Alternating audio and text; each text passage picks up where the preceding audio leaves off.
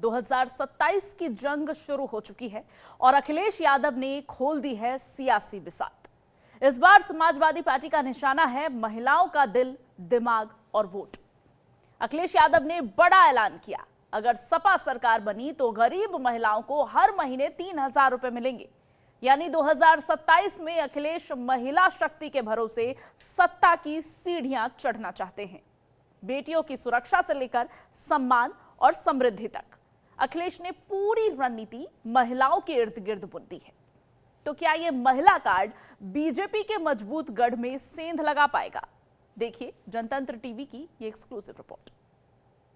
2027 की चुनाव की रणनीतियां सभी पार्टी अपने अपने स्तर से तैयार करने में लगी हैं। समाजवादी पार्टी भी अछूती नहीं है, वो भी रणनीति बनाने में लग चुकी है और कहीं ना कहीं वोट बैंक तैयार करना भी उनके लिए बहुत जरूरी है।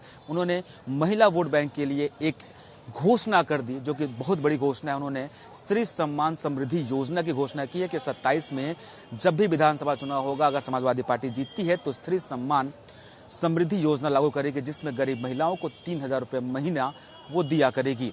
ये योजना के तहत जो भी लाभार्थी होंगे उसको समाजवादी पार्टी ये रकम देगी। अब इससे साफ है कि जो महिला वोट बैंक है उत्तर प्रदेश में, उसको तैयार करने में समाजवादी पार्टी लगी है और महिला वोट बैंक कहीं ना कहीं समाजवादी पार्टी सोचती है कि अगर उसके पाले में पड़ गई तो 2027 का चुनाव समाजवादी पार्टी जीत जाएगी। देखना दिलचस्प होगा कि ये जो स्त्री सम्मान समृद्धि योजना है, इससे कितना लाभ मिलता है समाजवादी पार्टी को। 2027 का मिशन और महिला वोटर पर मिशन मोड। अखिलेश यादव ने महिला मतदाताओं को साधने के लिए फुल पिच प्लानिंग शुरू कर दी है। उन्होंने ऐलान किया है, सपा सरकार बनी तो स्त्री सम्मान समृद्धि योजना लागू होगी और हर गरीब महिला को 3,000 रुपए हर महीने दिए जाएंगे। इसके साथ ही अखिलेश ने बीजेपी पर सीधा हमला बोला। हमारी सरकार में बेटियों को लैपटॉप मिला, अब ये लोग कबाड़ टैबलेट पकड़ा रहे हैं। महिलाओं को सुरक्षा नहीं, सिर्फ झूठ मिल रहा है। महिलाओं को लेकर अखिलेश सिर्फ ऐलान नहीं, संगठनात्मक फ्रंट पर भी तैयारी में जुटे हैं। रविवार को लखनऊ में हुई महिला सभा की बैठक में रणनीति साफ कर दी गई। डिंपल यादव को महिला मोर्चे की मुख्य चेहरा बनाया गया। महिलाएं घर घर जाकर पार्टी का प्रचार करेंगी। वोटर लिस्ट को टारगेट किया जाएगा, खासकर नई युवा महिला वोटर्स को। साफ है, अखिलेश अब जमीनी जुड़ाव के साथ महिला मतदाता की भावना और भविष्य दोनों को साधना चाहते हैं। नहीं, महिलाओं की जो इस समय का समाज है और इस समय का जो नेतृत्व है वो महिलाओं को बहुत ज़्यादा वरीयता देने का है और मुझे लगता है कि महिलाओं को राष्ट्रीय अध्यक्ष अखिलेश यादव जी ने इतना सम्मान दिया। आप सबने देखा कि किस तरह से कितना बड़ा सम्मेलन महिलाओं का बुलाया गया और महिलाओं ने बड़े बढ़ चढ़ के हिस्सा लिया और आगे आने वाले 27 के चुनाव में महिलाएं पूरी तरह से समाजवादी पार्टी के साथ हैं और बहुत मजबूती से मुझे लगता है महिलाएं साथ देने वाली। देख रहे हैं इस सरकार में जैसे कि महिलाओं को सुरक्षित नहीं है। अभी एनसीआरबी के आंकड़े अगर उठा के आप देख लें तो उत्तर प्रदेश में महिला अपराध सबसे नंबर 1 पर है।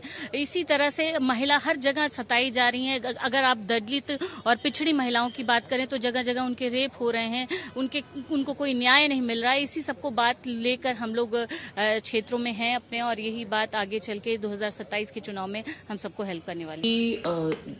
इस वक्त जब पीडीए की बात करती है तो उसका मतलब सीधे से ये होता है कि जो भी पिछड़े, दलित, शोषित, अल्पसंख्यक हो, आदि आबादी हो या किसी भी धर्म, किसी भी जात के लोग हों, वो पीडीए की श्रेणी में आते हैं हमारे अनुसार और हम उनकी लड़ाई लड़ रहे हैं। और ये नारा ऐसा नहीं था कि हवा में था, जैसे बेटी बचाओ बेटी पढ़ाओ इनका नारा हवा में रहा और सबका साथ सबका विकास सबका विश्वास हवा में रहा। ये नारा हवा में नहीं था और उसका रिजल्ट 2024 में देखने को मिला।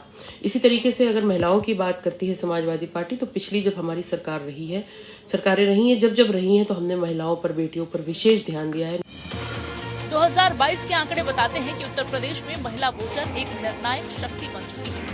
कुल महिला मतदाता 6.98 करोड़ से अधिक, लिंग अनुपात में भी सुधार 857 से बढ़कर 868, यानी साफ है जिसने महिला वोटर को साधा वही राज करेगा। देखिए, समाजवादी पार्टी के मूल चरित्र को देश की, प्रदेश की हर जनता जानती है, महिलाएं भी बेहतर जानती है।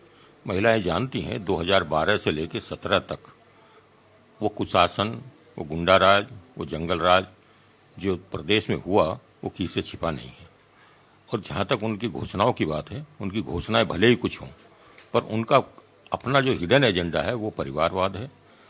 एक परिवार को लाभ पहुंचाना, सत्ता को कब्जाना, अराजकता फैलाना, गुंडाई फैलाना, माफियागर्दी करना। इसके अलावा समाजवादी की पार्टी का कोई एजेंडा नहीं है। वे लोक लुभावन घोषणाएं करते हैं, वो नारे देते हैं।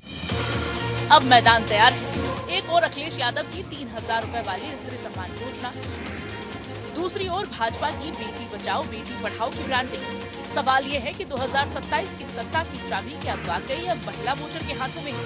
क्या डिंपल यादव बनेगी अखिलेश की गेम चेंजर, या ये चुनावी स्टंट बनकर रह जाएगा?